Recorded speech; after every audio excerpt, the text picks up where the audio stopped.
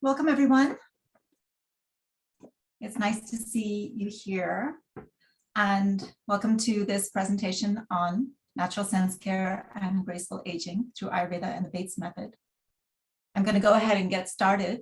People are going to continue joining. But I want to make sure there's a lot of material to cover. So I want to go ahead and get started. And so, let me share my slides. Just a brief welcome and some logistics. Please silence your cell phone and devices. This just allows you to focus better on what's happening. You'll see in the chat that you can chat with Satish, my husband. He's managing the technical side. And so if you have any technical issues, please chat with him. Any audio issues, anything like that, he'll know how to get a hold of me if he needs to contact me. I won't be monitoring that. And then you can, when you have questions, just chat them to, you'll see Nalini, you see me. Go ahead and chat them there. I will pause at various times and take the questions. So there'll be times during the presentation when I'll stop. And then at the very end, of course, there'll be more time for questions. Don't use the raise hand feature. We're not going to be using that. And then don't chat with speaker. That would distract me. Basically, that's allowing me to focus on my presentation. Just a disclaimer that this is me as a student sharing my journey, and I'm not advising medical direction. So an overview of today, what are we going to cover? We'll start with some basic principles of Ayurveda. And just to get everyone on board, because not everyone has a background in Ayurveda. How do we look at the senses according to Ayurveda? Let's look at Ayurvedic psychology. How is the mind viewed according to Ayurveda? An introduction to Dr. Bates and his method, and some practical applications. And these are things that I've discovered in my own life as I've tried to bring these two together. Suggestions, keep a pillow or a support nearby. We're going to have an opportunity for a palming break. And let everything wash over you. There's no need to get it all. You will receive a link to the recording. And, you know, this is a journey and it takes time. It's taken me time to get where I am, and there's no need to get it all. So just enjoy and perhaps get something from today. Don't worry about how much.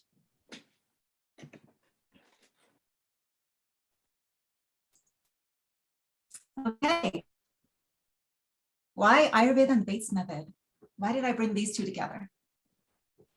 Well, I had a deep childhood interest in both these traditions. And as you can see from this picture, I had vision issues from a young age. And I never was quite satisfied with this idea that that's just the way it is. I was inspired by Dr. Bates at a very young age when I started coming across his work. And there was a deeper potential that he inspired in me, that I could unlock my own potential. I didn't know how. And over time, because of my love for Ayurveda, which actually came when I was pretty young, when I saw my mom benefit from Ayurveda. She had some, she was a classical Indian dancer, very slim, very beautiful, and she'd had some skin issues and been advised cortisone and had water weight gain. And on a trip to India, a relative had advised that she try some Ayurveda, and she benefited so much that for years she continued to order the herbs, and they would come to our home in California. And I saw that from a young age and I was inspired. So I always said, you know, there's something about a natural healing tradition that works with nature. And so I was deeply inspired by that. And over time, I began to realize I'd like to turn to that for my own healing. I ended up in my early 20s with some digestion issues that came from poor eating habits. Even though I grew up in a somewhat traditional Indian family, we were also the American version of an Indian family. We, you know, my mother turned to convenience food when possible. So I sort of accumulated some digestion issues. And I used to think, okay, you know, I'll just take some herbs and some formulations, and if I get the right ones, my digestion will be fixed. But over time, I started to realize that there's this deep link between digestion and the mind. And so I had to go deeper into myself to understand what that link was. And so I wanted to learn both of these from, just checking that there are no technical issues, none. It seems like things are good. Okay. So I wanted to learn over time, I wanted to learn both of these traditions from qualified teachers, because as I continued on my journey, I would go to an Ayurvedic practitioner somewhere where I lived, and I would try to get help, and it would help me for a short time, and then something would not work. And I started to realize I had to find my own answers. So I was fortunate enough to find Kerala Ayurveda Academy, where I've been studying and in the process of completing my practitioner certificate, which I'm finding most useful for my own learning, for my understanding of myself, for me to understand how does Ayurveda work and how can I benefit from it. In the meantime, my journey with the Bates method, when I came across Dr. Bates' work as a teenager, I desperately wanted to implement a lot of his teaching, but it really is important to find a good teacher who can help you with that. And I didn't have that access at that time. You really had to go to someone in person in those days, and that just wasn't available to me then. Over the years, as I've experimented with it and managed to find teachers, and now with the internet allowing more access and more communication, I've now had the ability to find really good Bates method teachers and have improved my vision significantly. And so I have firsthand knowledge of how this works. And it's not only affected my vision as a physical thing, but it's affected me in so many other ways. And so therefore, I was curious about the Bates method. Is it purely physical? About a year ago, when I got deeper into it, I started to think about it. Is it just physical? I'm so interested in the mind. How can it only be a physical thing? Why am I so drawn to it? And I wanted to answer that question for myself. So a few months ago, I was doing a vision retreat with my vision teacher. And in that, he had us do a visualization between our two eyes, a dialogue between our two eyes. What was the story between our eyes? What were our eyes telling us? And in that visualization, I came to the understanding that one of my eyes was my reasoning mind and the other eye was my intuitive mind. And there was a breakdown in their communication. And my reasoning mind was trying to go forward in life, and my intuitive mind felt, nope, you're not hearing me. You're not able to understand, what my message is. And I was really determined to understand that better. And I realized that's also a communication between my two selves. This child me that had the vision issues, that had to wear the glasses, that was told there's no other way. And the adult me that said, no, there is another way. I'm sure I'm going to find it. Let me find it. And so you're basically today hearing my inner dialogue. This is my conversation with myself as I try to unfold this, because I said, okay, Ayurveda gives me a language for understanding this amazing discovery of Dr. Bates. Let me put those two together, because that's the language I understand. There's so many languages that physicists and even Dr. Bates have used, but for me, Ayurveda was the language I could use. And so as we go along on the slides, I will include some quotes just to preserve my own voice and my own vision. I'm not going to read them all. I'll give you time so you can look at them. And that way I'll also manage my vata and be able to keep going. Okay. So now we're going to go into Ayurveda and in a deeper understanding. Deeper in the sense this is a bit broad and global, and it's just to give you enough to take you in a direction that helps with that conversation you're listening in on. And so, by the way, when you're listening in on a conversation, my spiritual teacher says, when a person talks to himself and no one else can hear them, he's sentimental. If he talks to himself that other people can hear him, he's probably mental. So you may be listening to a mental person, but I invite you to enjoy this conversation. So in the Sankhya process of creation, we have this concept of Purusha and Prakriti. By the way, this was drawn by my niece. And I'm going to explain what this picture symbolizes. This is Purusha, the energy here, and Prakriti, the beautiful female energy, who they come together and they manifest into the world of names and forms. And they manifest as a higher intelligence, and that higher intelligence then becomes our individual ego. That is, ego has such a connotation of being bad, but actually it's our way of manifesting in the world. It's our way of acting in the world.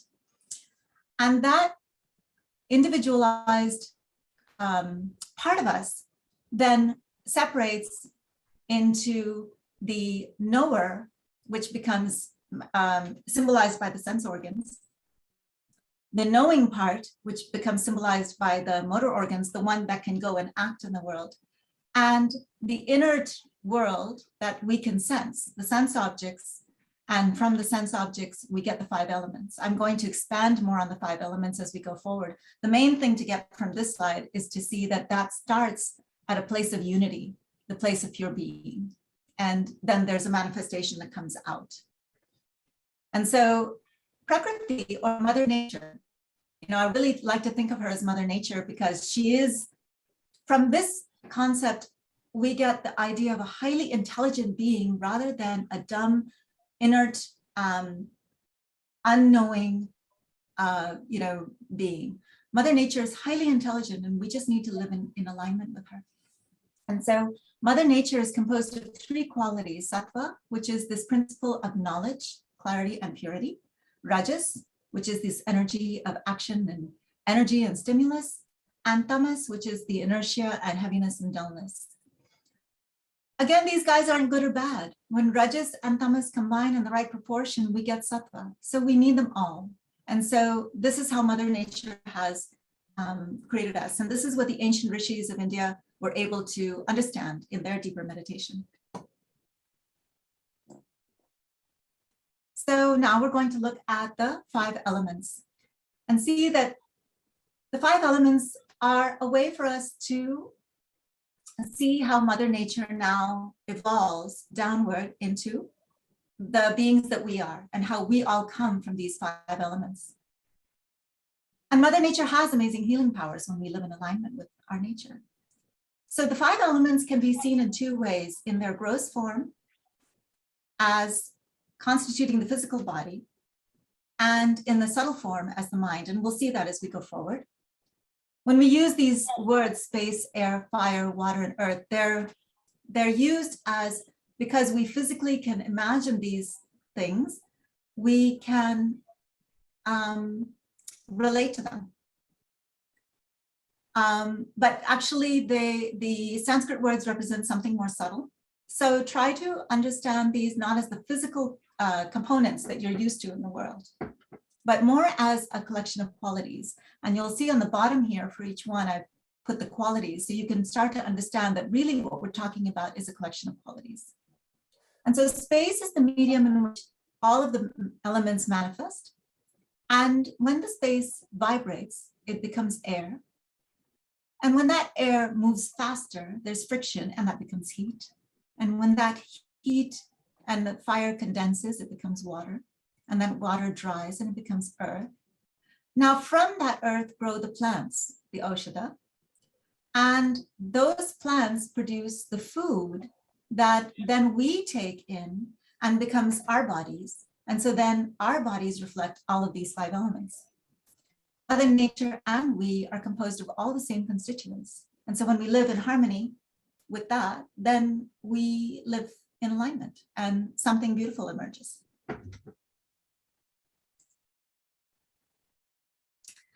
So from that concept, we get the idea of the doshas. And for a long time, I thought the doshas were the basic building block of Ayurveda, but it was really amazing for me to learn how they're composed of the 5 elements, and the 5 elements become the building blocks for everything. And so we have ether and air, or space and air, that combine and become Vata dosha, which is responsible for movement and regulation and has these qualities, and is basically the representation of energy. We have Kapha dosha over here, which is water and earth, which represents matter. And so it's responsible for these functions. And Pitta dosha, which is the process of conversion between matter and energy. And it's composed of fire with a little bit of water so that it gets grounded. Otherwise, like we know in California, when fire burns, it just burns uncontrolled. So we need a little water to just control it, but it's mostly fire. And it's responsible for these functions, and it has these qualities. So to get us out of being too heady, let's take an intuitive look at the doshas. So imagine going for a walk in a beautiful coastal setting because you're tired. So initially you felt tired and then you took yourself out for a walk. So what happens in this beautiful, spacious environment, you feel light and expansive. Over time, as you're walking, you feel more and more light and expansive. So there your Vata dosha is increasing. But what happens if you keep walking and you keep getting too light and too expansive? Then you're just going to become tired. So your Vata dosha has gone too far. So everything needs to be in balance. We want to utilize them and then switch when needed, balance it in another way. Pitta dosha, that is how we learn things. That's when our mind feels bright and sharp. And Pitta dosha, of course, is involved with digestion and so many other transformations in our body, our hormones and many things. But when do we feel burnt out? When do we feel we've just gone too far? We can actually feel the fire in our minds. And Kapha dosha, at the end of the day, when we drop all our hats and we just want to relax and feel grounded and peaceful, that's our Kapha dosha coming in to just rest and rejuvenate. But what happens if we do that too long? Then after a while, we'll want to move again. So we're constantly flowing in and out of these doshas. And so this concept of doshas is very broad and very deep, because as a result of these, we become a unique formulation within a universe where these are the components. And so because all of us are created from the 5 elements, and we are born with individual constitutions that are composed of Vata, Pitta, and Kapha. For example, I'm a Vata Pitta personality, which is probably coming across to you right now. Which means I do have some Kapha dosha, but it's less than my Vata and Pitta. And I have to work a little harder to keep my Vata and Pitta in line. So I can have that basic constitution that I'm born with, and then I can have an imbalance that is some of those doshas that are out of balance that I need to manage. And so this is where the Ayurvedic perspective of having unique, within a broad framework, having a unique place where we stand is really important. And this is what the Vaidya can do, or the Ayurvedic doctor can do, is to actually tune into that and figure out where are you designed to be by Mother Nature, and where are you out of balance? And then you have like a GPS, you have an origin and an endpoint, and the Vaidya knows how to get you back. Time is also characterized by the doshas, the hours and the seasons. And we'll look at this a bit more because this will come up as we go deeper. But it's really important to know that the time of the day and the seasons of the year are characterized by the doshas. And then where we live is characterized by the doshas. So if you take a person and you have them in a specific time and in a specific place with a specific constitution and imbalance, you can map them to where they are in that point in time. And then again, try to figure out where they want to get to and what could help them. It may not be possible to change the location. It may not, it may be that the seasons are contributing at that time to the imbalance. But that's where we have the artistry of Ayurveda to figure out how we get you back.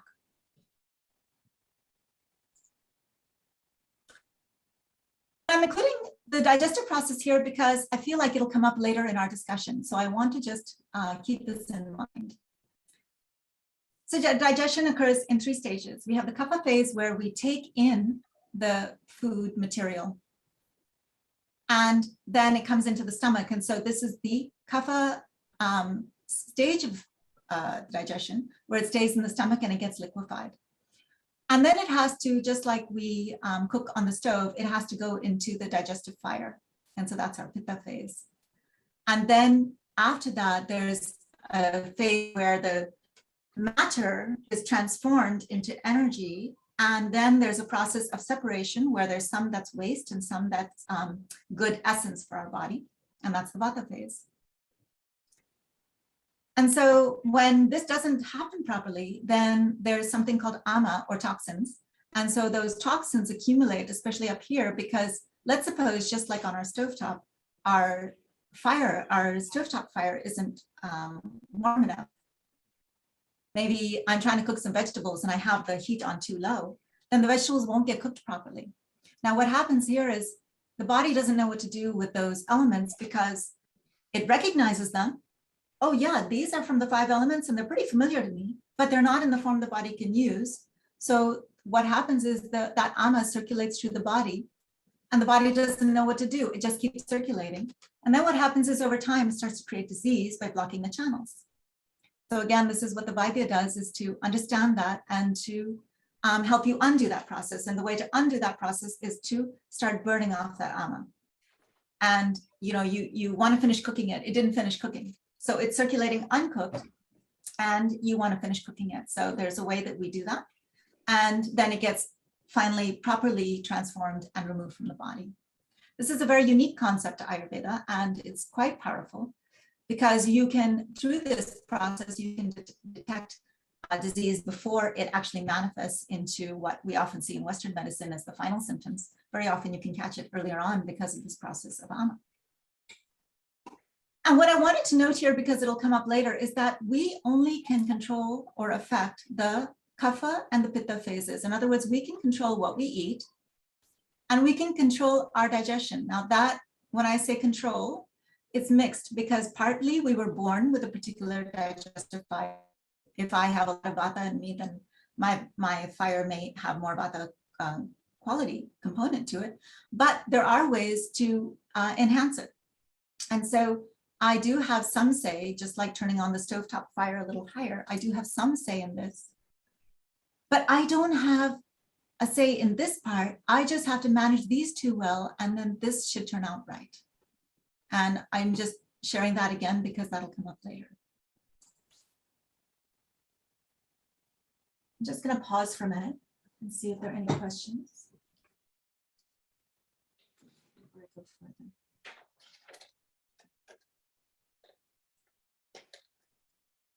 Okay, I don't see any questions. Okay, so here's an overview of the 5 elements and the senses. So we already looked at how the 5 elements are broken into the doshas. What I'm sharing here is that the 5 sense organs, the ear, skin, eyes, tongue, and nose, all correspond to one of the elements, the 5 elements. And we're going to look at this in the following slides. I'm going to break this down, so I'm not going to go in detail. And this may be the only table-like slide I have. So bear with me. I'm going to share some things on this slide and then expand as we move forward. The tanmatra is basically the object that the sense organ picks up. In other words, the ear is designed to pick up sound of any kind. Whether it's a beautiful sound or an ugly sound, it doesn't matter. That's what the ear is designed for. So this, if you think about it, what we call the world is composed of these 5 objects. This is what we perceive. And so each sense organ has a particular object that it can pick up. This is a very interesting concept I came across. It's an auxiliary, which means that our skin is actually an auxiliary sense organ. This is how beautiful Mother Nature is. Mother Nature not only gave us these sense organs, but she gave us a backup system through the skin. Because if I have my eyes closed, but I move my hand, the fact that there's no resistance means that I know this is space. So I don't have to open my eyes and see, oh, this is space. I know that there's no resistance. I know when I touch and I feel vibration, that is the sense of touch. That's the air element. I know when I feel temperature. that this is the fire element. So my skin has the ability to perceive also. And then there's an associated motor organ that goes with each of these elements, and we'll look at the connection between these two. So the vocal cords correspond to ether or space. The hands correspond to air. The feet, very interesting connection with fire. The urogenital system with water, and the anus with earth. So let's break these down a bit more. So let me only look at the Vata dosha elements, ether and air. So we said that's the ear and the skin, sound and touch, and the vocal cords and the hands. So ether is the medium through which sound is transmitted. And the ear, which is the organ of hearing, expresses action through the organ of speech. Air relates to the sense of touch. And we see that the organ of action for the sense of touch is the hand, and the skin of the hand is especially sensitive. And the hand is responsible for the actions of holding and giving and receiving. So we see that that is how the air element manifests. These seem pretty straightforward. Now let's look at Pitta dosha. This is a very interesting correlation, the eyes and the feet. So fire manifests as light, heat, and color, and it's related to vision. The eye, which is the organ of sight, governs the action of walking. A blind man can walk, but his walking has no definite direction. Eyes give direction to the action of walking. Take this deeper when you see that your vision of life directs your direction in life, basically. So it's a very interesting correlation. And we can use this in a physical way. I have to say up front, I didn't warn you this, but I didn't spend a lot of time sharing the physical ways we can take care of the sense organs, because I found a lot of material on that. I was more interested in the mental component. But as we go along, whatever I can think of, I'll share. And there is an interesting correlation that when we, for example, massage our feet with ghee or something cooling, or even the right oils, that helps our vision. So this correlation also works physically in a therapeutic process. When we come to dosha, we have water and earth. These are also interesting. They seem unrelated until we start to look at them more deeply. So the tongue relates to the urogenital system and the nose to the anus. Without water, the tongue can't taste. The genitals are considered the lower tongue, and the tongue in the mouth is considered the upper tongue. The person who controls the upper tongue controls the lower tongue. That I found very interesting. The nose is related to the organ of excretion, the anus. A person with constipation or an unclean colon often has a dull sense of smell.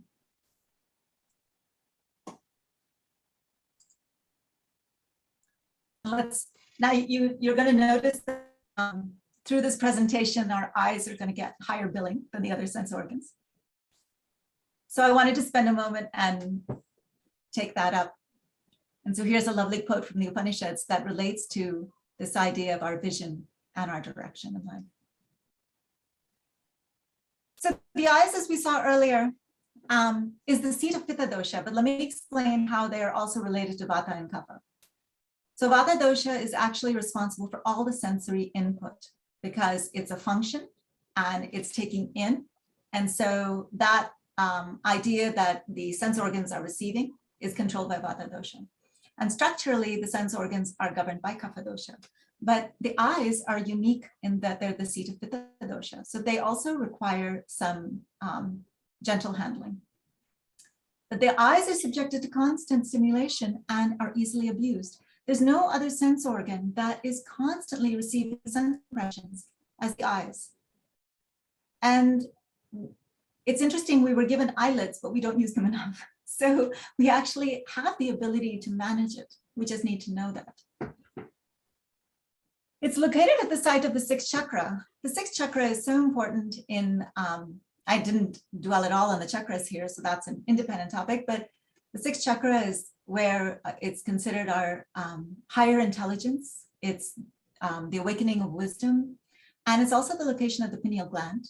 These two are correlated in a lot of modern research as well, not only in the ancient texts, that the pineal gland also is controls the hormones in the body and the agnis, the digestive fires, the little fires, as well as big fire. Pineal gland is also known for controlling the amount of melatonin. It's responsible for the light sensing. So is our vision. So through my presentation today, I hope to also bring through this idea that light and dark are really, really important, that we're designed to detect light and dark. And here's a lovely quote I came across from Manisha Kshirsakar, very well-respected Vaidya in our community. Our eyes have two different ways of seeing, physically and energetically. And I found this very interesting correlation, as we'll see when we come to Dr. Bates, that she also talks about in Ayurveda, the subtle aspect of the eye is connected to our memories, our perception of reality, and the potential for what I like to call divine sight. So the eyes have a very, very special place. They can see inward as well as outward.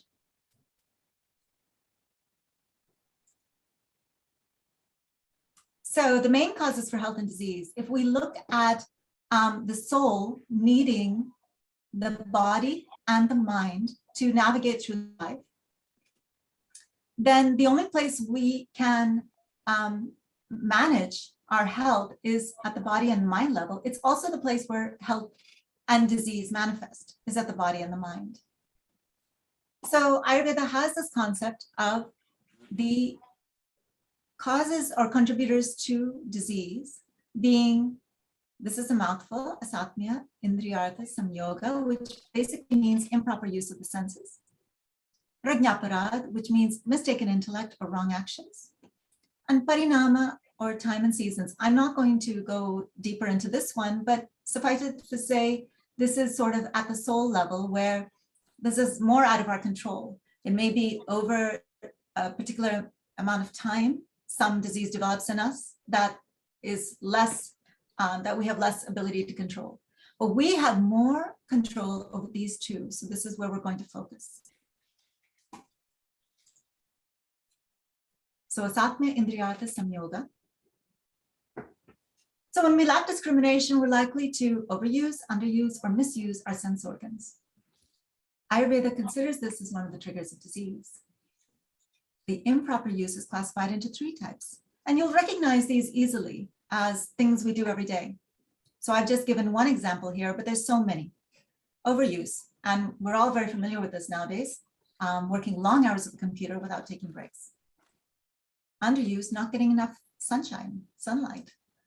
And misuse, eating while listening, watching TV, listening to a frightening story, sitting with your cell phone and texting in the meantime. We're confusing our digestive fires. So this becomes an example of Mithya Yoga. Now that was my one slide for this Asatmya Indriyartha Samyoga, or these senses. What I'm now going to go into is the Prajnaparad, or the mind level. And so for this, I'm going to rely on the chariot analogy that comes both in the Katha Upanishad and in the Bhagavad Gita, which many of you will recognize. So the soul within the chariot is a rider, and the body is the chariot. Charioteer is the intellect or reason, and the mind is the reins with which the horses are connected to the chariot. The senses are the horses, the objects are the roads along which the chariot is driven, and the self associated with the body, the sense, and the mind, the wise say, is the enjoyer.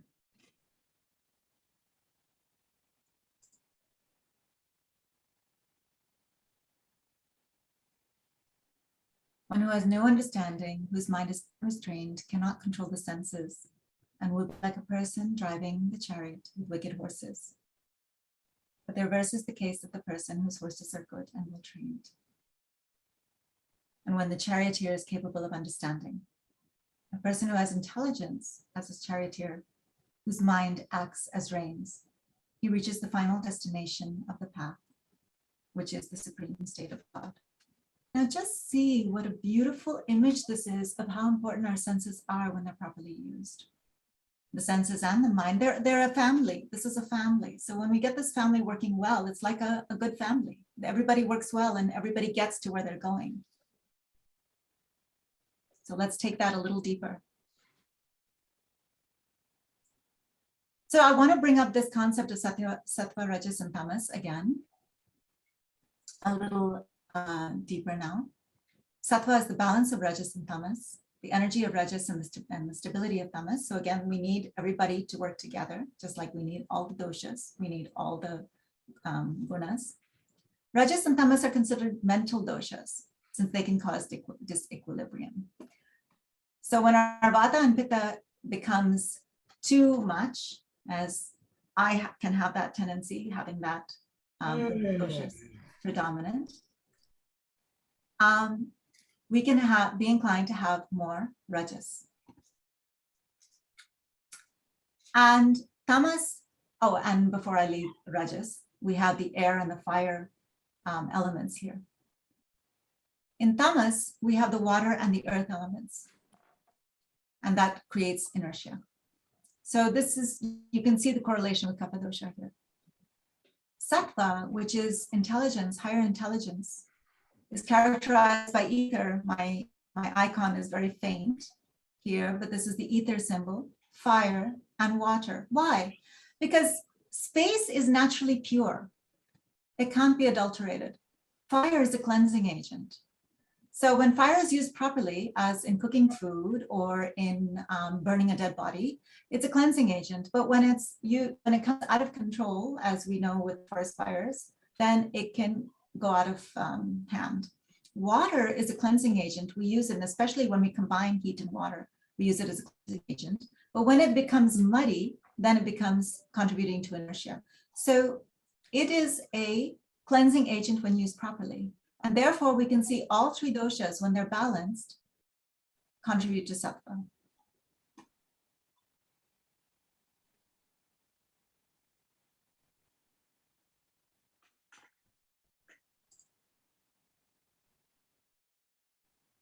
Okay, this looks like a scary slide, so bear with me. This is how the images started appearing to me, and I tried to capture them, and I'm going to walk you through this. And we'll also see as we're walking through this that this is the mind talking about the mind. So imagine that you've got a rose with a bee. Now I use this to convey the fact that the rose, you can see it, you can touch it, you can smell it, and you can also taste it. I add rose petals to my tea, and they have a very healing effect. And if the rain is falling, you can hear it, but to represent the sound, I added the little bee here buzzing. So we have all the 5 sense objects represented over here. So they come into the mind. The person senses the object. Now the mind, according to Vedic psychology, is broken into components. We have the manas, we have the buddhi, and we have the chitta. And then there's also the ahankar. So how do they work together? Now we're looking at a person who's more rajas and tamas predominant, who's more into bhoga, which is enjoyment. That is sense pleasure. So the sense impressions come into what is like a mirror or a lake. So the manas doesn't have the ability to understand. This is the equivalent of the stomach. This is the kapha center, the water element, and the impression comes in here. It's only collected here. Now, it needs something to be done with this sense impression. So it requests a decision. But this is the case of the buddhi that is not well functioning. So it's somewhat dim. It's like a light that's not properly burning. And so this buddhi is diluted and it's going to rationalize its poor decision. This is pitta dosha, the fire element. And you can see that this kind of person would have a lack of focus. Their mind would be more wandering. So like ama, this is going to be undigested. These sense impressions are going to be undigested and just kind of pool up here. Now, ahankar is not going to miss this opportunity, and it's going to add its likes and dislikes here. It's going to say, hey, I can tell you what to do with this sense impression. I like it. Let's get more of it. I don't like it. let's stay away from it. It's not using the reasoning power. It's just using its own likes and dislikes. So the opening shloka of Ashtanga Hridaya, which talks about ragadi rogan, the raga and dvesha, or the likes and dislikes, which influence and lead to roga or disease. This is characterized here by how the ahamkar is dominant in this stage. And you can see that this is the prajnaparad and the satmya indriyartha samyoga. So the mind says, okay, well, I need energy, so I'm going to look outward for more energy. I'm going to look to more sense pleasure. That's how I'm going to get more energy for myself. It makes rules. We live by rules. If we do this, then things happen properly. And the reactions of the ahamkar get deposited in the chitta. The chitta is like a memory bank. And the chitta just gets, it's like a dark cupboard in which you throw stuff in. And so the chitta is diluted, it forgets the past results. There are feelings buried in here that can't be accessed. And so the buddhi and the chitta are sort of just like, imagine this is a dark, dark cupboard. So there's not much going on over here, and the person is living at the surface. And so the reactions, more reactions get deposited here, and the seeds from here get fuel the desires. So this person has more and more desires, and that person becomes the doer. And if I can just move my little, so this is where my graceful aging part of the title comes in. This person may not be physically old, but mentally they become old. This is, as my spiritual teacher would say, you either become wise or old and otherwise. So this person becomes old and otherwise. As they age, they lack self-confidence and they live more and more in the past. The past is just, I did this, I did this. They don't learn from their experiences. They just accumulate them. And I thought of an analogy to this. We just have gotten some solar panels installed, and I was thinking, well, you know, our roof before we had the solar panels was just receiving light energy, but didn't have any way to harness it. So the light was being wasted. In the same way, all this sense stimulation that's coming in is just bouncing off and accumulating, but not becoming good energy. This person lives at the level of the intellect, because the buddhi has an outward facing component, which is the intellect. And so this is more dominated by the brain and by thoughts and words. So what happens now if we have a person who's into yoga, who's more inclined to sattva? You have the same sense stimulation. It comes into the manas. So you've got this lake and it requests a decision. This buddhi is more alert. And so it's like a light that's on in the room and it's doing its job. It understands how to process these. Now, something very interesting here is here we get the sense impressions, and here we actually get the sense perception. And I saw this actually both in David Frawley and some other noteworthy Ayurvedic commentators, this distinction, Vasadlad as well, this distinction between sense impression and sense perception, that our actual perception happens here because this is where we discriminate. I can give you a first-hand example of this. When you guys first saw the slide, you saw a bunch of symbols and you didn't know what to do with it. And we are having to parse it step by step. With me talking it through and you perceiving it, you're having to look at this and understand, oh, this is what this means, and that's what that means. That's what the buddhi is doing. The buddhi is discriminating and saying, I see this and I see this. Okay, that's what that means. And then it processes these into experience and memories, and you get the chitta. Now this chitta, what happens is this is the subjective experience. So as you're looking at this slide and I'm explaining it to you, you may be having a personal feeling of, oh, yeah, that makes sense to me. Or another person might be saying, you know what, I still don't get this, but that's the subjective experience. That's your own personal experience. So remember how I said earlier that we can affect kapha and we can affect pitta, but we can't affect vata. That's going to be your own personal experience. That's you engaging. And so that's where each of us is unique. So this becomes subjective. This is actually the unit of state. This is where the mystics reach, because this is the place where we all want to be and where we're united, whereas this is the place of our individuality. We still need an ahankar at this point, but this ahankar now waits for clarity. It understands that it's not the dominant driver. And so this person practices dispassion. This is the seat of emotions versus feelings.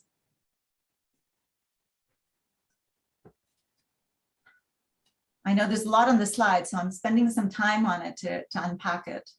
So now this is the place beyond words. So the buddhi is this bridge between the outward intellect and the higher intelligence. The higher intelligence, this side, and the chitta, the well-operating chitta, is at the heart level. So in the chakras, when we come to the heart level, we transcend the lower three chakras. The lower three chakras are around this side. We move past it and we come up. So this is at the heart level beyond words. But when that's well functioning, then we translate that back out through the intellect using words. So the words and the thoughts now become the helpmate of the heart and the feelings. And now this chitta, which is now getting depleted, you can notice it's cleaner. The memories back here are being processed properly, because imagine you're shining a light this way and you're shining a light this way, like turning on a light in the room. So the memories here are cleaner and clearer. And this is getting processed. And this is inspiring and bringing creativity to the manas. And so this person has more refined impression. So now notice the senses,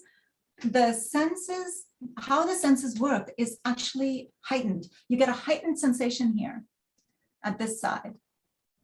And so I'm sure all of you have had the experience that when you're eating your favorite food, if you close your eyes and everything and don't talk and don't think, you really get that sense of the food. I noticed that with cardamom, you know, when I bite into a cardamom and it just explodes inside, it's like an amazing feeling.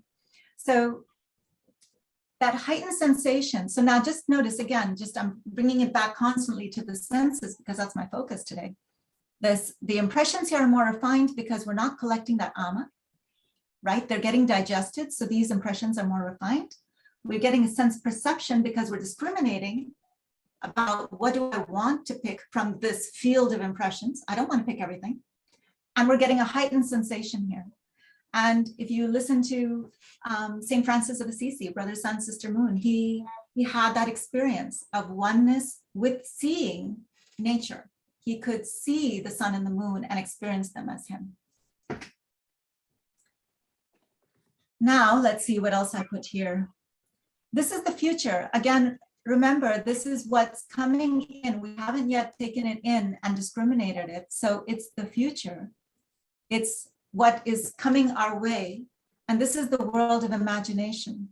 Imagination is what we imagine to be ahead of us. It comes here into the present. The buddhi is processing in this moment. So the people who live in the present, they're actually processing in this moment. And the body actually senses what's in the present. So the body, it's really important to take account of what the body is feeling in the moment because it's actually that recorder. And then this becomes our past, which starts to become cleaner and clearer. And it becomes now proper memories. So this person is more youthful. Again, they could be into their prime. This is not a physical youthfulness. This is a mental youthfulness because they're more self-confident and they're living in the present moment. And so this is how you gracefully age, by living in the present moment, no matter what stage of life you're in. Now you can see again that, let me talk about D. Dhriti, and Smriti. The Dhriti and Smriti in Ayurveda are talked about in terms of the intellect. D is the capacity to make the right decision. Dhriti is the capacity to have the mind carry through with that decision. It's that determination, perseverance, that ability to keep the mind on track. And Smriti is the power to recall that decision again and again, and to remember that this is what you've agreed to live by. So these are your principles. This is where the principles come in. This person has more focus. Okay, now let's take it another level. I put the senses here as well. So we notice that the tongue is related to the water element, and we talked about having to control the tongue. And the nose is related to this earth element. That made me think of when a puppy or a baby of any kind is born, you know, its eyes aren't open, but it knows how to find its mother's teeth just from its nose. So the nose is the first thing we have to make us secure in life. Now, of course, our friend vision, the eye is associated here with the fire element. And so this is what we're awakening. And I think as we go forward and look at what Dr. Bates has shown us, when he's talking about recovering our vision, we're not just recovering our physical vision. There's a much deeper element we're recovering here. The air is the sense of touch and the hands, which I talked about earlier. And the ear is associated with the Atman or the soul. And this is really important because at some point in our life, we turn to a spiritual teacher, or we turn to satsang. And it's through Shravan or hearing that new seeds can be planted that can get our direction in life moving forward. So the ear is a very, very important organ for hearing what our life can become. So if I bring back our solar panel analogy, now the sensory stimulus, these are triggers. Instead of us living off the sensory stimulus, these now become inputs to harness energy. So now we have the solar panels that were attached to, this has all just happened recently, so it's fresh in my mind. We have the battery pack that's converting, the electrical panel that's converting the material into the energy, and then it's being stored in the battery, and then that can fuel again. So now this becomes energy rather than we looking to the sense pleasure and grabbing more sense pleasure. Instead, we're harnessing that, converting it properly, and getting a real energy to come back to us. Let me just look at my notes and see if there's anything else I wanted to bring up. Okay, so now, if you've borne with me this far, I'm going to go one more level. I noticed this very interesting correlation as I was thinking about this image, that the kapha time of day, which I'll allude to again later, is where we collect our impressions. So let me just give you an example. I was working on this material, trying to understand it. So in the evening, sometimes I'd be looking through some of my books, and I'd think, oh yeah, you know, I know, but David Frawley talked about this. Let me go find it. And I would read material. And kapha time of the evening is 6 to 10 p.m. So I'd be reading it in the evening. And I'd be like, oh, no, this is just going over my head. I can't get it. Let me go to sleep tonight. I'll look at it tomorrow. And I would go to sleep. And so I go through the pitta phase, where the pitta phase was processing the information that was received over here. It was processing it. And then I'd wake up in the vata time, and suddenly I'd be like, wait, I get it now. Let me go back and find that quote. Yes, I get what he was saying. And I found that experience happening over and over again through this period when I was putting this presentation together, that if I honored that and said, okay, it doesn't matter, I'll get what I need. In the morning, I would suddenly have these dots connect, and I would get that inspiration and creativity, and then I would be able to come and put the material together. This is actually how this image came to me. I just had to keep processing it and sitting with it and honoring this path. But if I tried to make myself stay up late at night and work on this, then it would just not work. I couldn't get anything. So, for example, yesterday I told my husband, you know, whatever we're going to watch tonight is going to be a little bit more sattvic than we might watch, you know, tomorrow night, because I need this process to be working well for me today. So I need to honor this process. Similarly, the kapha time of the day in the morning, 6 to 10 a.m., we might read the newspaper or something, and that could affect our day. And so by the time we get to afternoon, the vata time, we're just depleted because this has been running in the background. So it's really important what we put in here.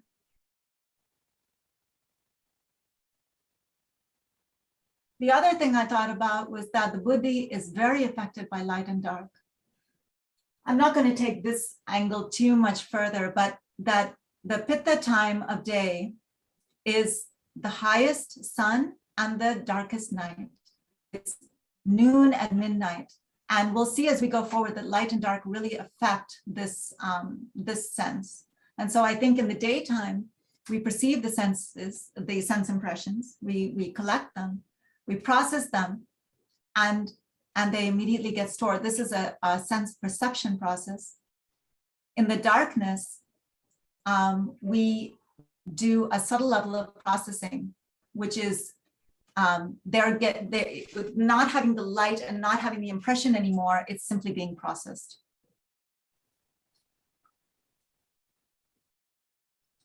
Okay, we're getting very close to a break, so hang in there with me, and I'll also be looking at questions. I'm going to do one more slide, and then I'm going to check for questions, and then we're going to transition and do a break. So this Ayurveda has a couple of neat quotes I came across for the sense organs as biofeedback mechanisms. I thought this was really important. One of these is very well known to all Ayurvedic students. Samadosha, Sama Agni, Samadhatu Malat Kriyaha. This is a very well-known quote that talks about when our doshas, our digestive fire, and all our tissues and wastes are in the proper state of equilibrium, that person who has pleasant and vibrant mind, intellect, and sense organs. So the sense organs are also meant to be pleasant and vibrant. They're not meant to be strained. This person is termed as healthy. There's another quote I just came across in Ashtanga Hridayam class. And that fascinated me, that when the doshas go out of balance, one reason is poor diet, which is always one of our basics, that our diet should be correct. When the diet is out of balance, they imbalance the tissues. And that will in turn imbalance the malas, or the waste products. And those imbalanced malas can imbalance the excretory pathways, 2 of which are located in the lower part of the body, which is the urine and the feces, and 7 in the head. So our sense organs are also excretory pathways. And therefore, these, and then of course it talks about the sweat channel. And so we're talking about when our sense organs are pleasant and vibrant, we're healthy. And when our sense organs are pleasant and vibrant, and in fact, maybe we have too much earwax or any of these excretory organs, we're actually looking at disease. So the senses actually are a biofeedback mechanism as well. Okay, so I'm just going to check for any questions.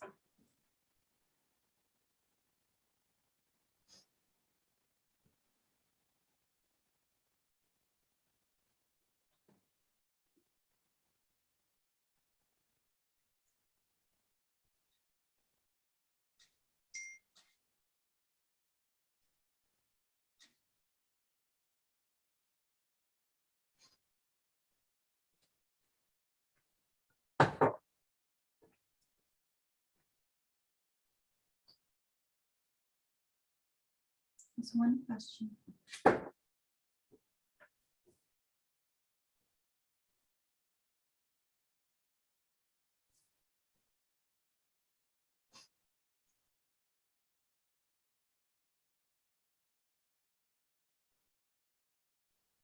I'm not seeing the question in my chat. Satish, can you text it?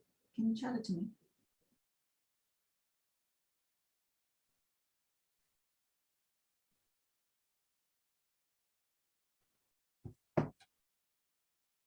So just pausing for a minute while I check for this question.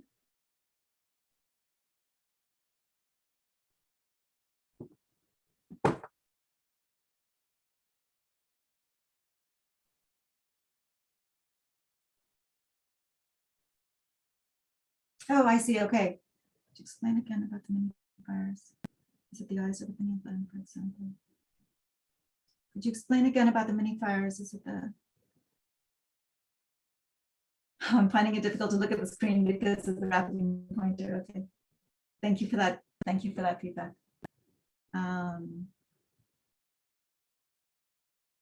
The mini fires, the eyes or the pineal gland, for example. Let me see if I can remember what that reference was.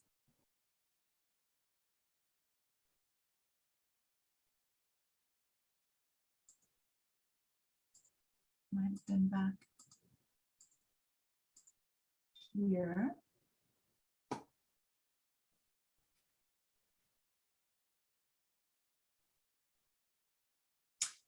I think, let me see if I got it right, and you can chat me if I didn't capture your question.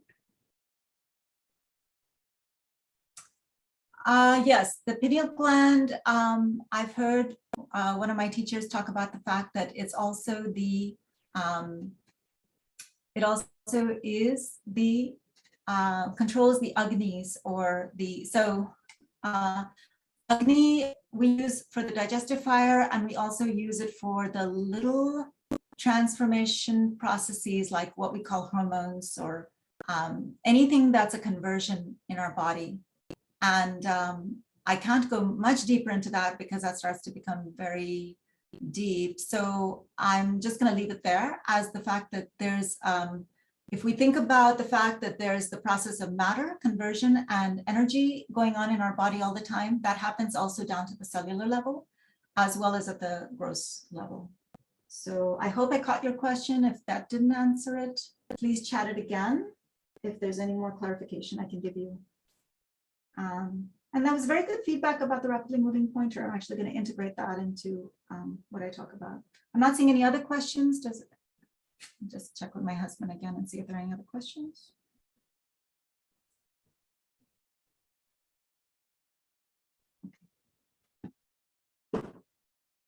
Okay, I was, okay, I'll limit my use of the pointer. I'm getting that feedback. It sounds, I was just trying to focus on the part of the screen, but I'll limit that. Let me just see if there's anything else. Oh, okay, great. Okay, I'm glad I answered your question. That's wonderful. There'll be more opportunities for questions, but I appreciate your feedback. I'm going to now go forward.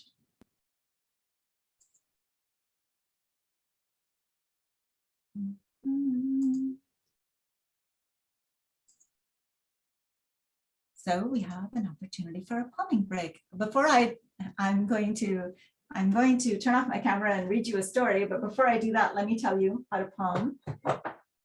So you can grab your support or, you know, something, if you put on your, if you're sitting at a desk, you might be sitting at a sofa or something. The idea is to just prop your elbows up if you can, so that you're not putting pressure on your shoulders. And then you want to cup your hands like this. So you're not putting pressure on your eyes. You rest the base of the palm on the cheekbone and you cross it like this. So you're underneath your palms, your eyelids can open and they're not touching the hands. And you should be able to move your eyes in all directions. You want to keep your eyes closed, but before you close them, first open them and just check for any light and any cracks, and then just adjust your palms a little bit more if you can. Just seal out as much as you can to make it as dark as possible. And while you do that, I am going to turn off my camera and read a story to introduce you to the next part of the presentation. I'll just give you a moment to set yourself up.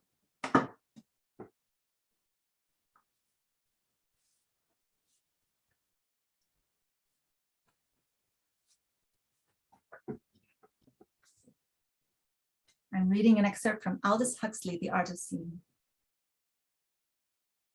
In the early years of the present century, Dr. W.H. Bates, a New York oculist, became dissatisfied with the ordinary symptomatic treatment of eyes. Seeking a substitute for artificial lenses, he set himself to discover if there was any way of re-educating defective vision into a condition of normality.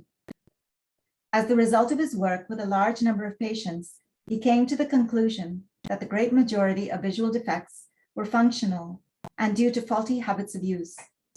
These faulty habits of use were invariably related, he found, to a condition of strain and tension. As was to be expected from the unitary nature of the human organism, the strain affected both the body and the mind. Dr. Bates discovered that by means of appropriate techniques, this condition of strain could be relieved. When it had been relieved, when patients had learned to use their eyes and mind in a relaxed way, vision was improved and refractive errors tended to correct themselves. Practice in the educational techniques served to build up good seeing habits in place of the faulty habits responsible for defective vision. And in many cases, function came to be completely and permanently normalized. Now, it is a well-established physiological principle that improved functioning always tends to result in an improvement in the organic condition of the tissues involved. The eye, Dr. Bates discovered, was no exception to this general rule. When the patient learned to relax his tenseness and acquired proper seeing habits, the vis medicatrix naturae was given a chance to operate, with the result that in many cases, the improvement of functioning was followed by a complete restoration of the health and organic integrity of the diseased eye. Dr. Bates died in 1931, and up to the time of his death, he continued to perfect and develop his methods for the improvement of visual function. Furthermore, during the last years of Dr. Bates' life and since his death, his pupils in various parts of the world have devised a number of valuable new applications of the general principles which he laid down.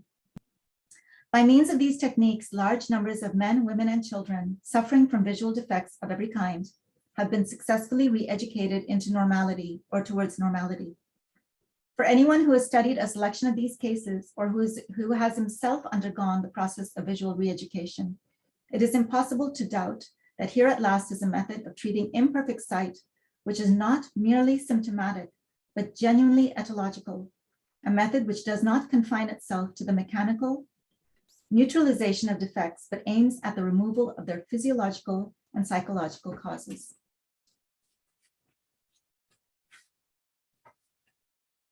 And so when you're ready, you can gently come out of palming. We recommend you just remove your palms, keep your eyes closed for a minute, and then just blink them open when you're ready.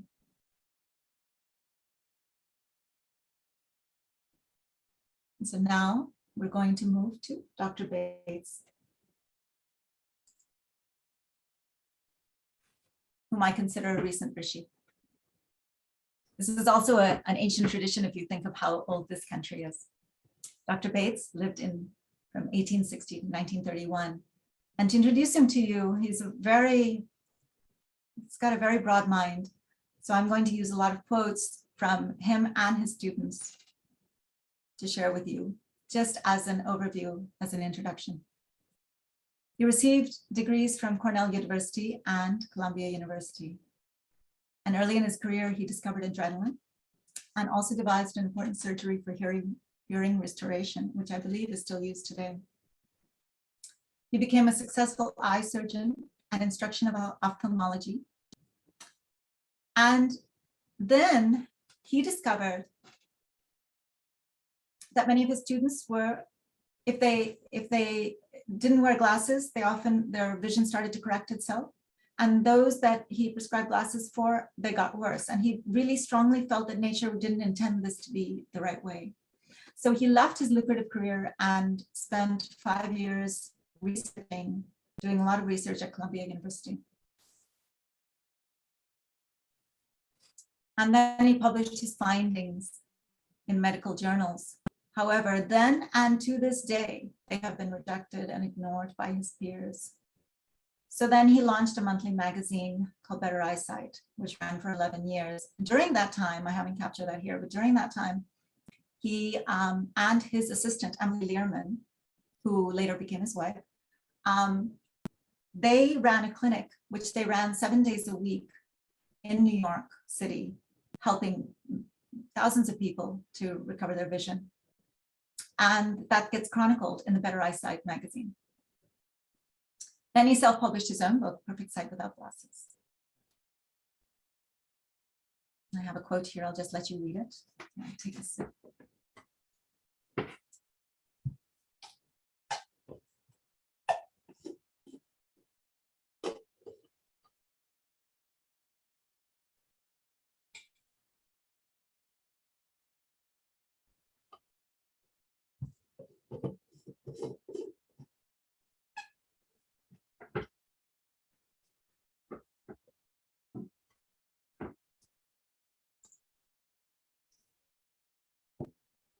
So he taught several people. One of those students was Margaret Corbett in Los Angeles. And she became one of his key teachers to carry this work forward. And one of her most famous students was Aldous Huxley, who wrote, and that's what I was reading from when you were doing the palming. Aldous Huxley overcame near blindness using the Bates method. And he wrote a beautiful book, which I highly recommend. Because Aldous Huxley is known for his philosophical writings. So he has a lovely way of capturing. Now, this will be of great interest, especially to my Ayurvedic family members, that Margaret Corbett was actually taken to court for practicing medicine without a license. And not only did she win the case, but then a bill was introduced in the California state legislature to make it illegal to practice vision education without an optometric or medical license, and it was defeated. So to this day, the Bates method is taught by people around the world. So if you were living at the time of Dr. Bates and Emily Learman, and they gave you their card, on the front would be their contact information and the address of the clinic, and on the back would be the 7 truths of normal sight. So I thought this was a good way for me to introduce to you the concepts. The first idea is that normal sight can always be demonstrated in the normal eye, but under favorable conditions. So that means that sight can change. That if there are unfavorable conditions, then it can change. So it's fluid, it's not fixed. It's not a fixed structure. The concept of central fixation.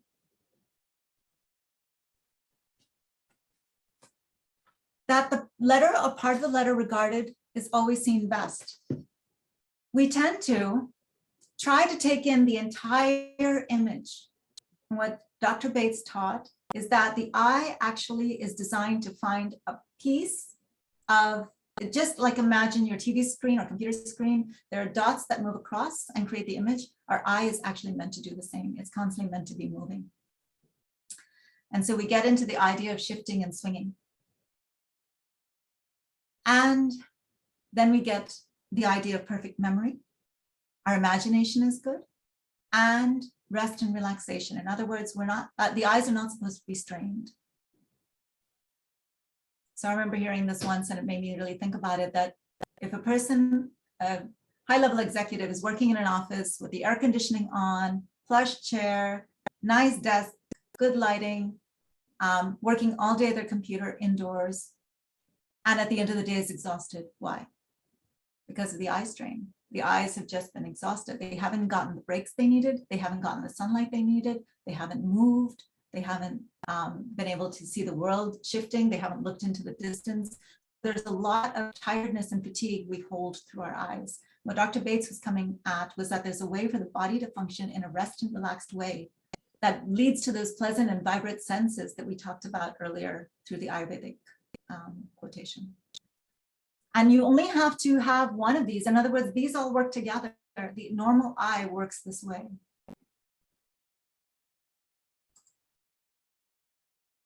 Now I'm going to let you read this quote, and then I'll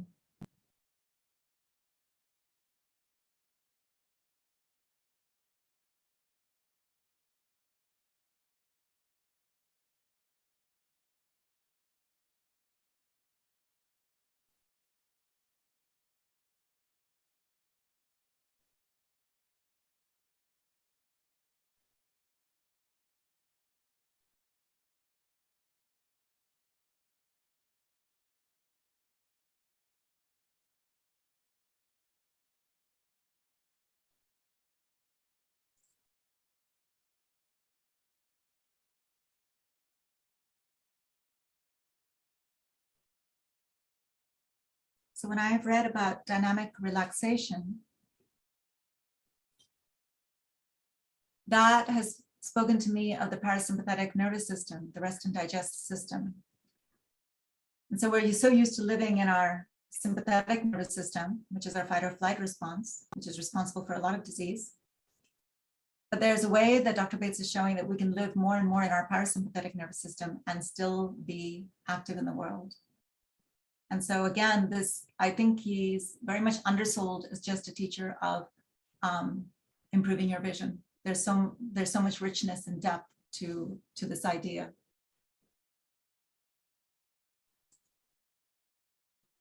Here are a couple of quotes.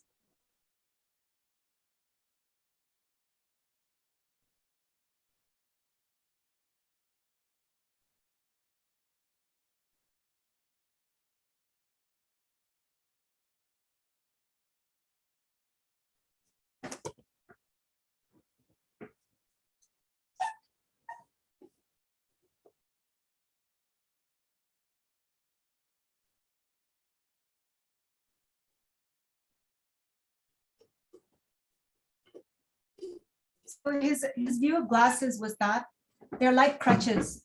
They are temporarily necessary at times, but they're not a permanent solution. And what they do is actually increase the strain, because our eyes are like every other part of the body. They're fluid mechanisms.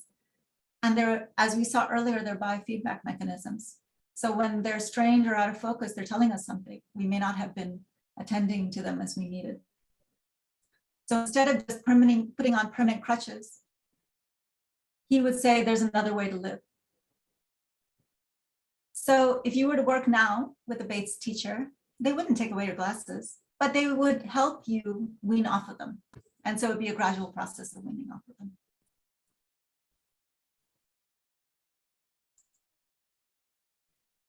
So as I mentioned earlier, Dr. Bates started the Better Eyesight magazine in 1919, and that ran for 11 years through 1930.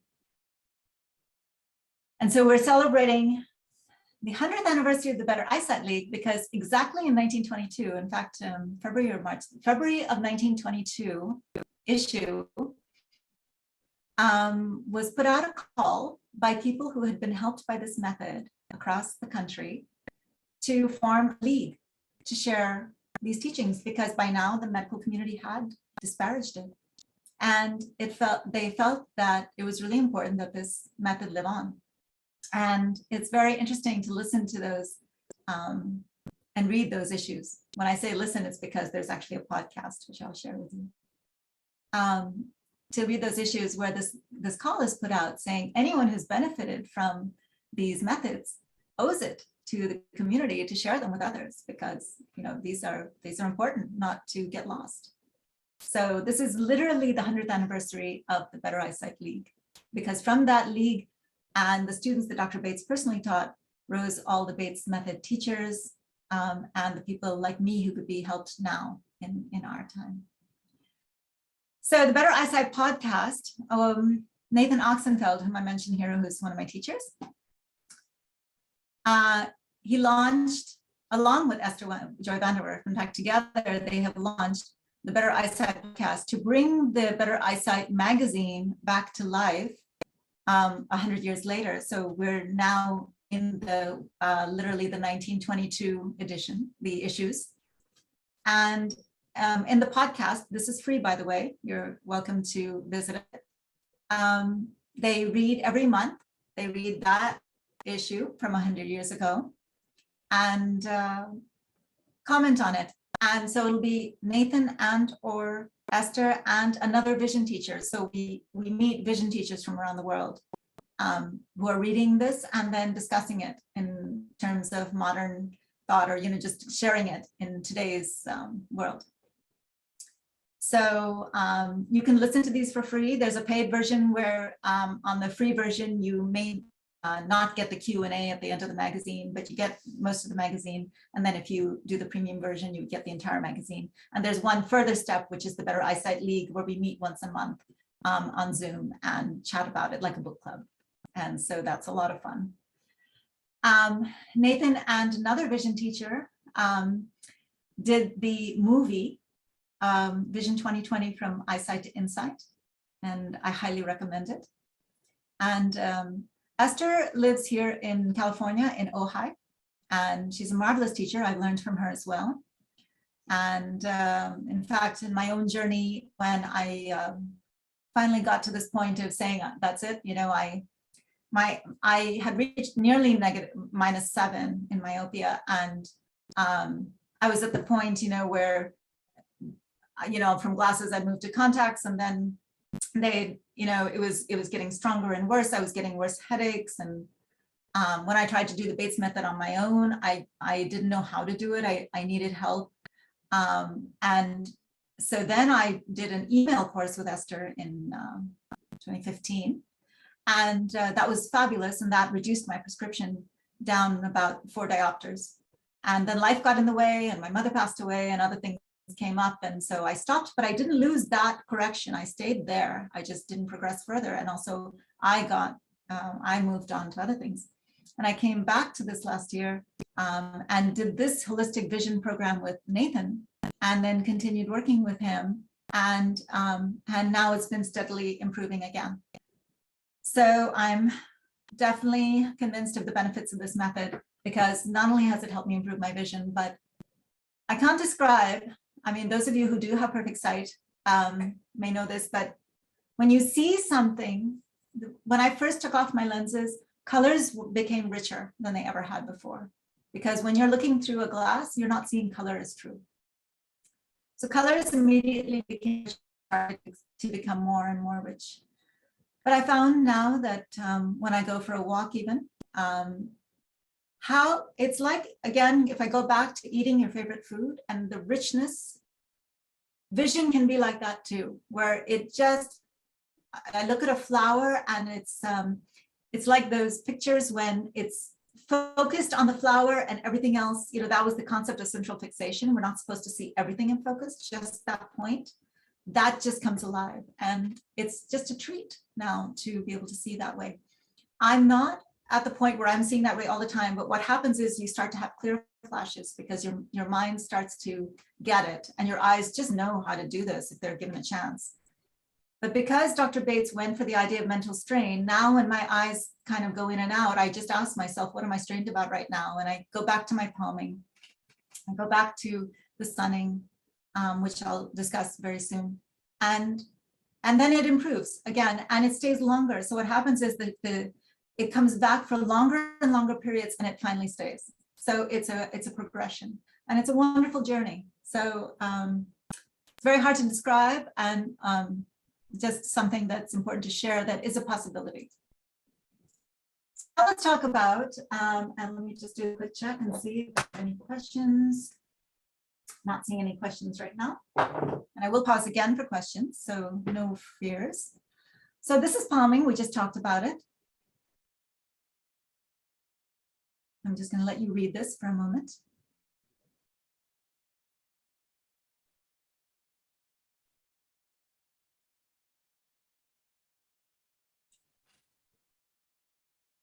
So I was saying earlier that buddhi requires light and dark, and that pitta time of day is the brightest light and the darkest night.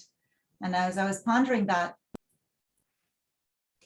palming is going into the complete dark.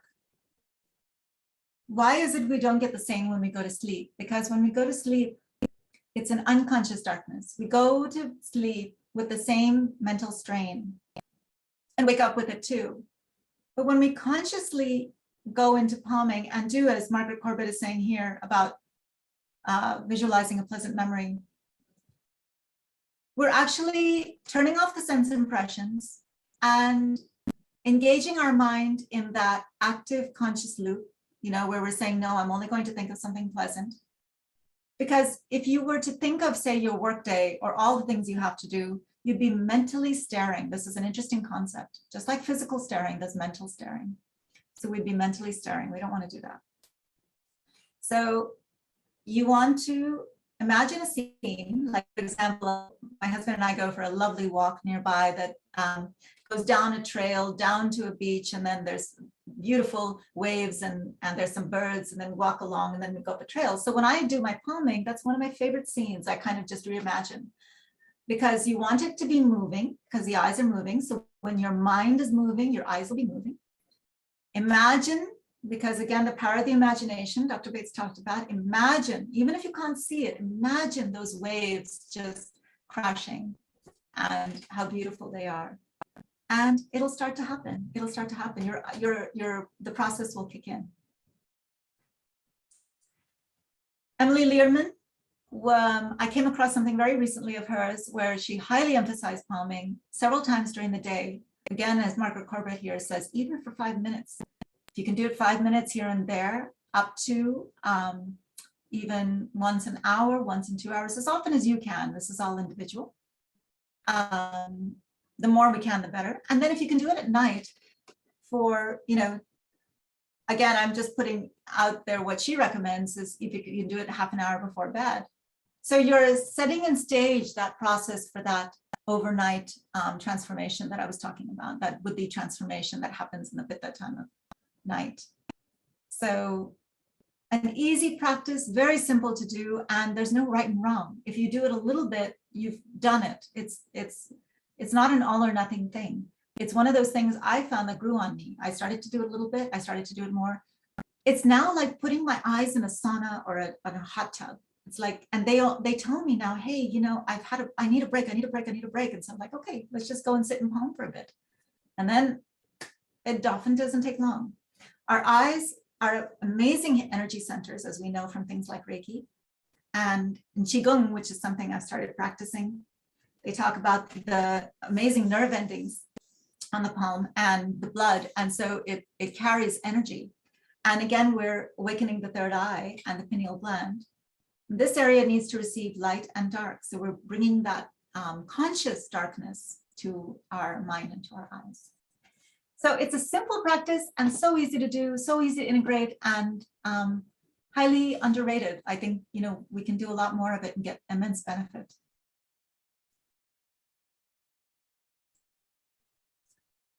Now there's the light, sunning. We're taught in these days to be afraid of the sun. I'll let you just read this slide first.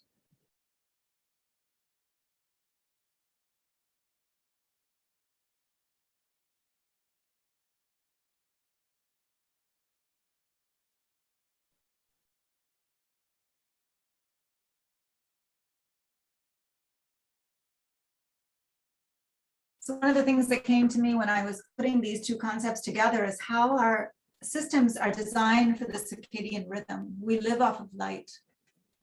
Not only we do, all beings do. We live off of light. And we function better in the light and worse in the dark. Now, this is interesting. I found this a very far-sighted thought of Margaret Corbett, because this relates to the Jatra Agni, or the Agni in our stomach, that on a cloudy or rainy day, our Agni is also lower. So this is the Agni in our mind can also be lower on those days. I had this experience, actually, I think it was yesterday. I had been on the computer for my day job for a few hours. I hadn't had a chance, because I had a meeting before that. I hadn't had a chance to get outside. And it was a beautiful sunny day. And and my eyes were tired by the end of that shift when I got off the computer, even though I had palmed a bit, but they were just hanging in there, desperate for the sun. So I finally got out into the sun, and I found it interesting because as I started walking, my first thought was, okay, when I get back from this walk, I'll sit in palm, my eyes are tired. And then as I continued walking, the eyes just started to say, sun, and they were just so happy. And I found when I got out to my furthest point and was looking out at the sheep on the grass, my eyes were just dancing. They were like, look, we got it, our sun, we needed this so badly. And it was such a reminder to me that even if I couldn't get out in the morning or look at the sun for whatever reason, I can still do it. I can still get out there. I can still look at the sun, and they just bathe the eyes and make it very rich.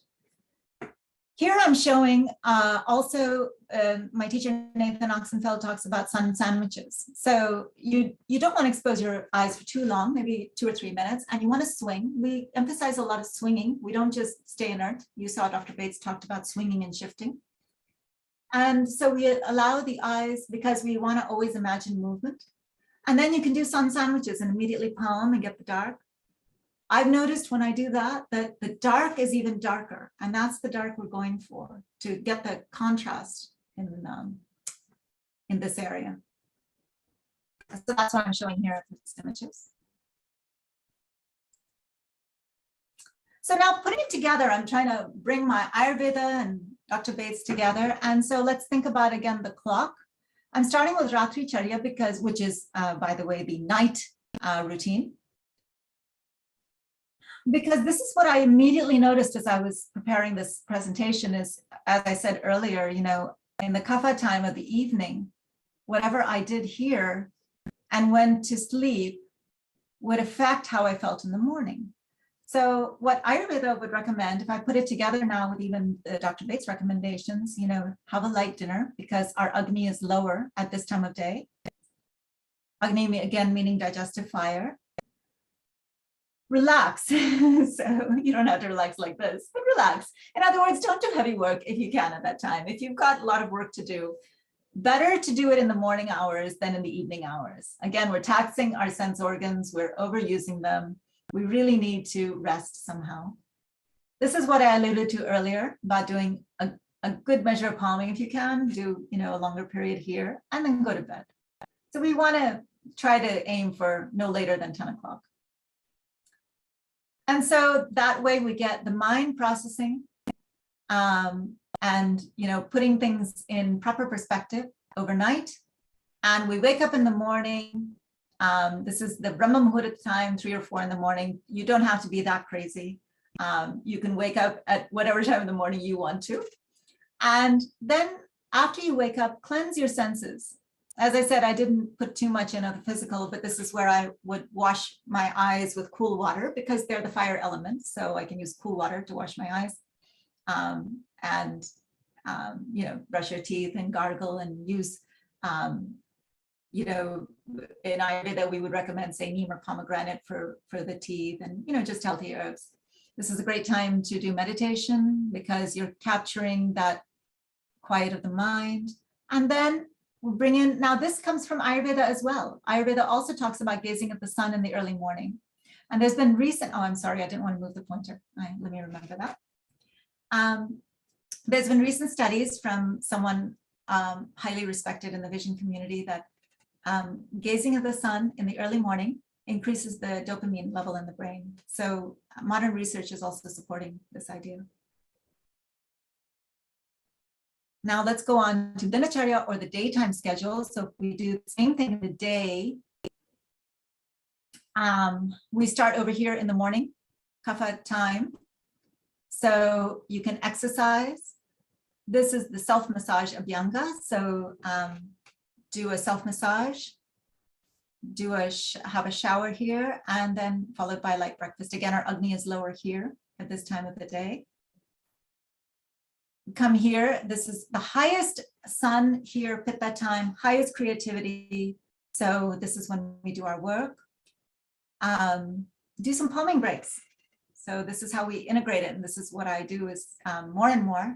And I really made sure over this period when I was preparing this presentation to keep palming to see how my eyes did. Because if Dr. Bates is right, I should be in a dynamically relaxed state doing this rather than a tense state, which has been my past pattern. Oh, I've got to get this done. I've got to get this done. Let's ignore the body. Let's ignore its feedback.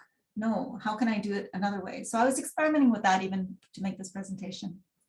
And because our digestive fire is highest at this time, we have our main meal at lunchtime rather than at dinner time, which is what we usually hear. And we come to our Vata period of the day. Remember, this is the air and fire elements. We might feel a little ungrounded, so it's nice to have a warm drink. Maybe do some Qigong, that's what I was practicing here, or, you know, the image I tried to catch, or do yoga or anything to stretch the body or go for a walk. And then we can again gaze at the sun. And, you know, and it's great to gaze at the morning and the evening. And with over time, even at the times of the day, but that I would do if you were working with a Bates teacher and got specific guidance. I wouldn't say that to anybody just anytime.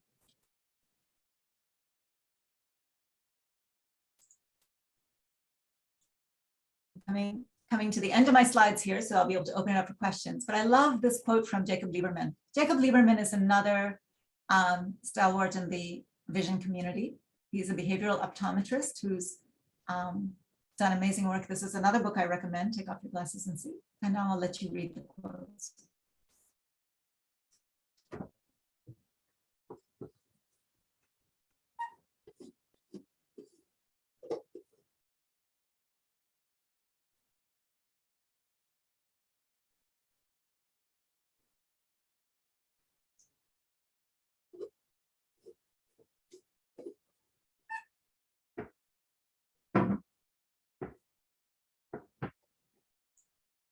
What I love about this way of thinking about it is what's catching our eye. He talks about light is catching us. Light is seeking us. Light is beckoning us. Light is our guiding force.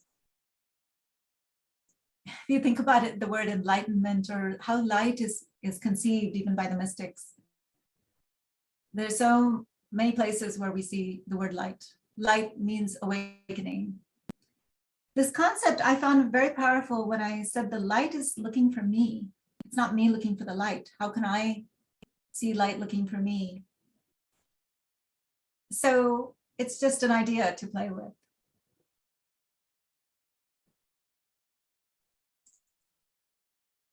So that's the end of my presentation, and I'm now open to any further questions. You will receive an email with a link to the recording and the resources that I mentioned here. Please let me know if you have any further questions at this time.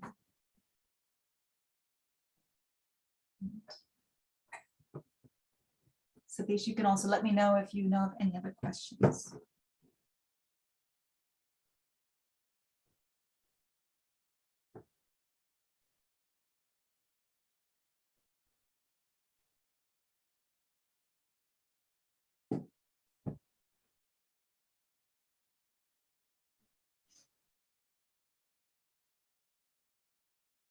I'm not seeing any questions yet. I'll just give you a few minutes in case you have anything.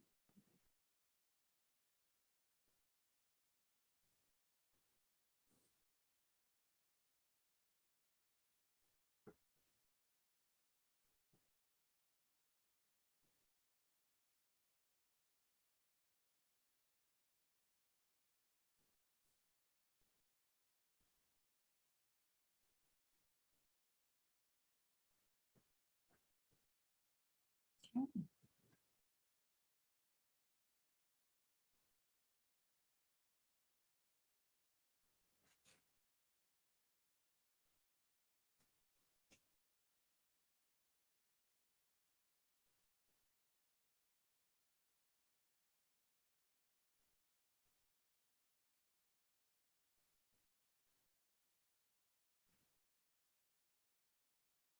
Okay, well, I'm not seeing any questions. So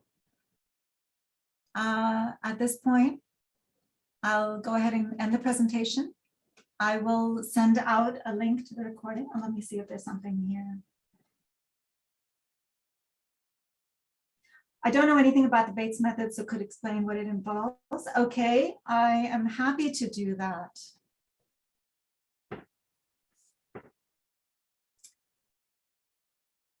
The first thing I would recommend, just like any discipline where you're trying to learn it well, is to find a good teacher. And now we are fortunate enough to have them online. So once you do that, what will happen? What will the teacher do? Now, it's going to be individualized based on your specific issue. So I'm just going to give you perhaps my own journey with it. Generally, the main thing, as you saw Dr. Bates talk about, is the idea of the stare. In other words, most of us tend to stare at things. And I was trying to get at that earlier, that's also a mental staring. So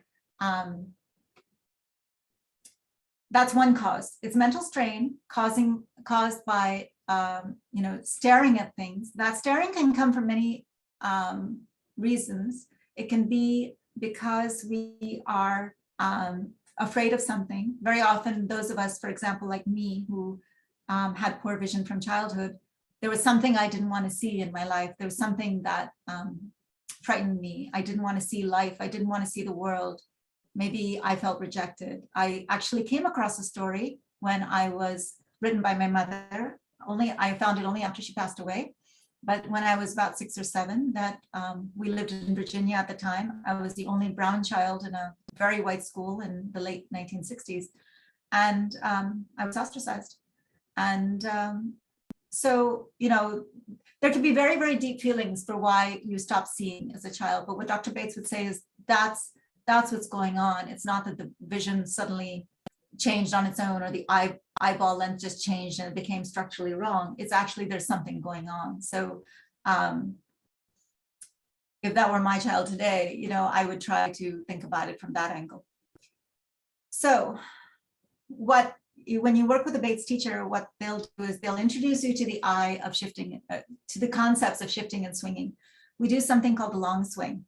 You swing, I'll do it in the chair, but imagine me doing it standing up, as we swing and we let our eyes scan the room so that we're moving from the head and not the eyes. For some people, this can be very hard initially, just moving like this and just seeing the world go by. We're just used to seeing it stuck. This is something Margaret Corbett would recommend, morning and evening, swing like this for, at least 100 times. And then we start to shorten that swing and do it a little less.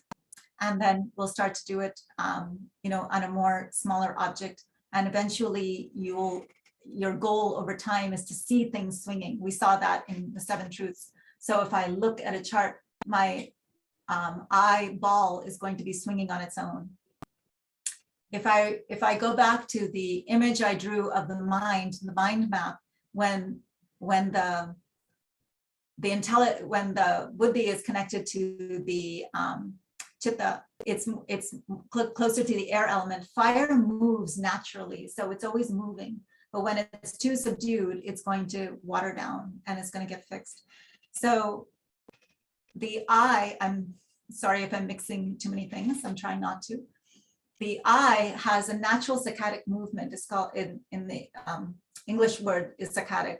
It naturally vibrates. And what happens is when we mentally stare or have strain, we hold the eye. And I started to be able to feel it in my eyes. Even now I can feel it when they get tense. I can feel they're clenching, like they're trying to hold on to the world. So we're trying to loosen that up. So what Dr. Bates teaches is how to do that in an involuntary way, because your eyes are going to, these are involuntary muscles that are moving. So we're trying to get them to vibrate again. So when we swing like this and look at the world, we're letting the world move by. We want to start doing that even as we walk. We're all used to doing it in the car when we see the road moving in the other direction. But now, even as I go walking, I make sure I'm always seeing movement. So I'm not staring or seeing things fixed. And this, for a lot of people, can take some time. We're not used to that. We're used to the world being fixed. So, and then there are many things, like I have the picket fence shifter, that we use. And so as I go across it like this, I can get my eyes to swing. So we try to increase the saccadic movement of the eyeball. So swinging and shifting is a major component for that. Palming, sunning, and then let me think what other techniques. Another thing we would do is we would actually keep eye charts. So I actually have eye charts in the house, and I use them as reference points. And he talked a lot about memory and imagination. So we would actually memorize the chart. A lot of times we hear, oh, you shouldn't memorize the chart. No, we want to memorize the chart because I want to remember, oh yeah, that's an E. Maybe I'm not seeing it crystal clear right now, but I can imagine that E. And I can imagine that E being darker than it seems to my eyeball, because it really is darker. And as I start to imagine it and also shift around it, I don't want to stay stuck on it. I'm going to shift from corner to corner. I'm going to start seeing it moving a bit more. this all happens gradually. So when you're working with a Bates teacher, they're going to lead you through this process. So I'm just trying to describe the sort of, overall process that you go through. But what you're doing is awakening the eye again to its natural movement, and mentally understanding that the eye can move in a different way helps a lot. So yeah, that's probably what you would do with a Bates teacher, but they'd be able to hone in on your specific issue and how to help you with it. Dr. Bates found towards the end of this process, after working with many patients, first he thought that this mostly worked with refractive error, but he found over time that this worked with glaucoma, cataract, and many, many eye diseases, including, as in the case of Aldous Huxley, near blindness. Actually, actual cases of blindness. When we listen to the Better Eyesight magazine, we hear lots of cases like that. Because the eye is made in a certain way, and it's just lost that memory of how to function that way, very often from the mental strain. So I hope that gave you a taste for it. Let me know if that helps.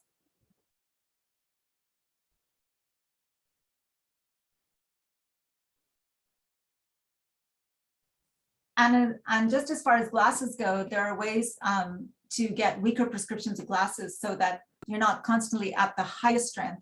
That highest strength, when you're sitting in an optometrist's office and they turn off all the lights and make you stare at a black and white chart, very often our eyes, even if they're fine outside in the daylight, can tense there and be worse.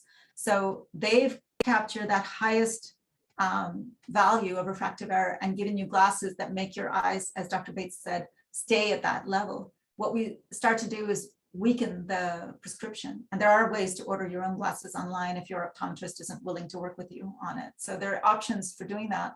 And then you have a way to start weaning yourself off and keeping your strong pair for when you need them for driving or, the things you need to do. So nobody will ever tell you don't do them.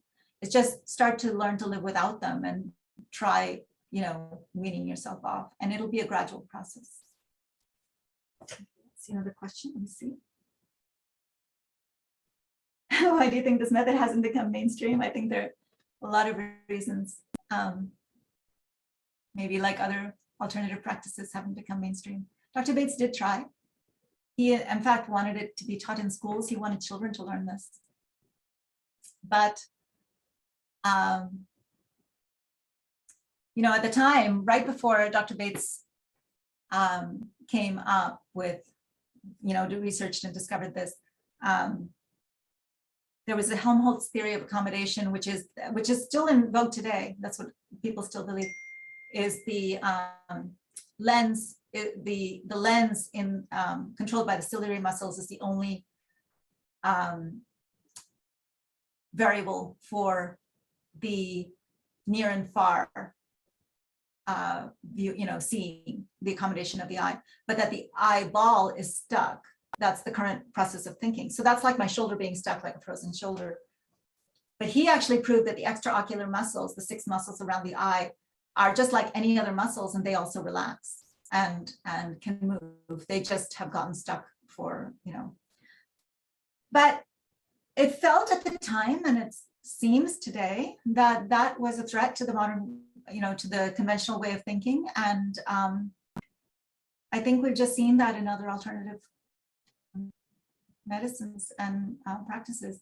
It requires a different way of looking at life. It requires a way of seeing that it's not just structural, that the body isn't just structural, but that it's also functional.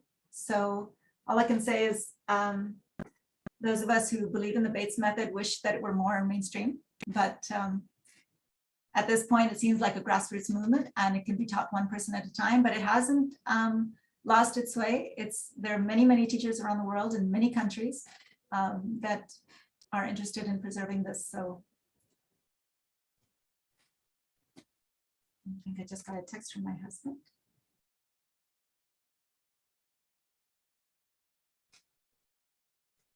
Was that a follow-up question? Okay. So it's, yeah, all I can say is we all wish it were. We all wish it were. And we're just so, those of us who have been exposed to the Bates method and Dr. Bates are just amazed at the richness and I was thinking. And one thing that impresses me constantly is how he, and you'll get this through listening to and reading the Better Eyesight magazine, that he demonstrates in his life this way of being. He's so detached, even though he has tried to get his peers. And he was so well respected in the community that, you know, it was amazing that even from him, they wouldn't accept this. So yet he was so detached, and he just believed in it so much that he said, okay, well then I'm just going to share it with the public. I'm just going to share it with people who will listen. And so that's what we do to this day. You know, the method is of education. It's not of, you know, saying somebody else is wrong or somebody else is right. It's just, hey, if we believe that the entire body is made from nature and lives in alignment with nature, why are the eyes left out? Why would nature have screwed up with the eyes? And that's what Dr. Bates believed. The eyes are just the same. We just don't know how to use them. So there's the concept of patya apatya in Ayurveda, and I think that's what Dr. Bates discovered, is how do we use our eyes correctly and how do we use our mind correctly? I'm constantly struck, as I was even just digging through material for this presentation, when I was reading through Dr. Bates, I'm just overwhelmed with the richness and breadth of his mind. He touches on even the schooling system and the learning system. And we can see that now. You know, he talks about native traditions like the Eskimos, where in 3 generations, you can see eye problems increase.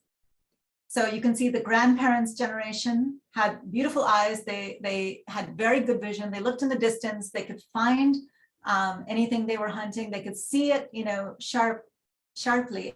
And then by 3 generations, you know, down to their grandchildren, those children are inside in a school, stuck in a building, away from the sun, away from this distance vision. And, you know, they're having increasing myopia and increasing mental issues, increasing boredom. You know, he linked it all together. And he said, you know, we just really need to rethink how we're teaching, how we're living.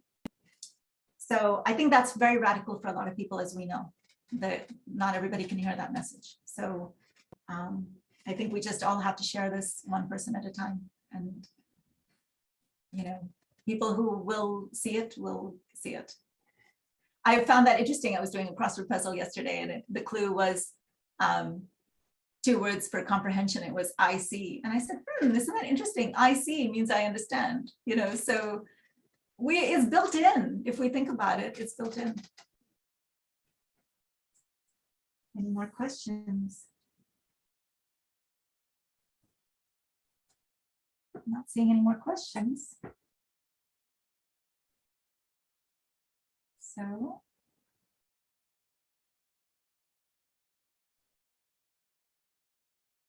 well, I want to thank you all for coming. Thank you for your questions. Thank you for your feedback. And you will get a link to this recording. This is actually my first time sharing with a public audience about the Bates method. So it was a little bit of, anyway, it's the first time. So I feel very grateful to you all for taking the time from your day to listen to this.